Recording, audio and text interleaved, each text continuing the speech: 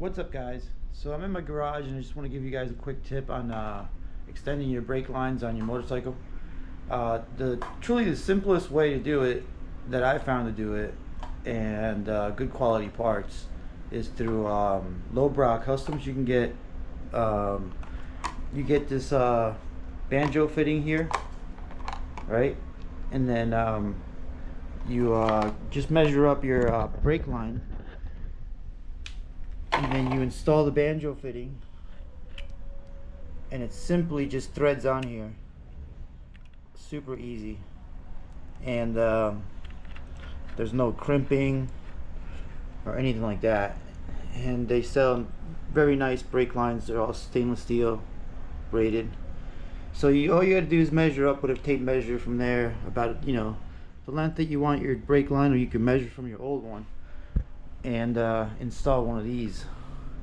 They sell like different degrees, so whatever way you want to run your brake line. And I had to do it because the brake line that I'm replacing is this one, because the Sportster comes with this weird middle piece here, and you can't really extend it, so this is the way to go. Well, just a quick tip, lowbrow customs, these guys right here, they sell them, and the shipping's pretty quick. I got it in like 3 days, so if you ever need to do that, that's pretty simple. And then all you gotta do is bleed the brakes after, just like normal, after changing any type of brake line.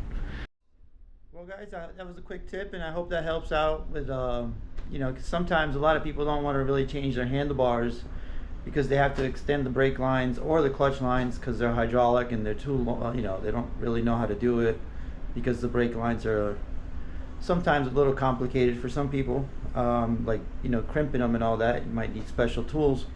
So that's really the easiest way that I found to do it. I hope that helps you guys out, and take care, and God bless.